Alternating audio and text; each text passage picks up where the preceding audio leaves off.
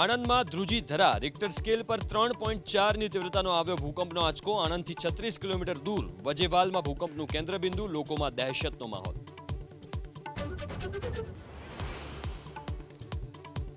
ગુજરાતમાં સાયબર માફિયાઓ પર પોલીસની સર્જિકલ સ્ટ્રાઇક. 622 કરોડના અટકાવાયા ફ્રોડ ટ્રાન્ઝેક્શન. 2 અઠવાડિયામાં 40 આરોપી સામે કાર્યવાહી. ડીજીપીએ આપી જાણકારી.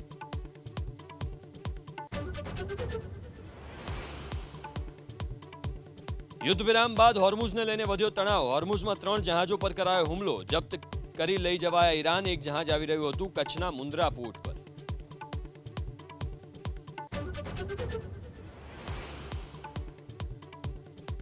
ભારતીય સેનાએ કચ્છમાં બતાવી વિધ્વંસક તાકાત. ઓપરેશન સિંદૂરની પ્રથમ વર્ષગાંઠ પર કર્યું શક્તિ પ્રદર્શન. એર ડિફેન્સ ગન, ટેન્ક, ડ્રોનથી દુશ્મનના પ્રદેશ પર હુમલાનો કર્યો અભ્યાસ.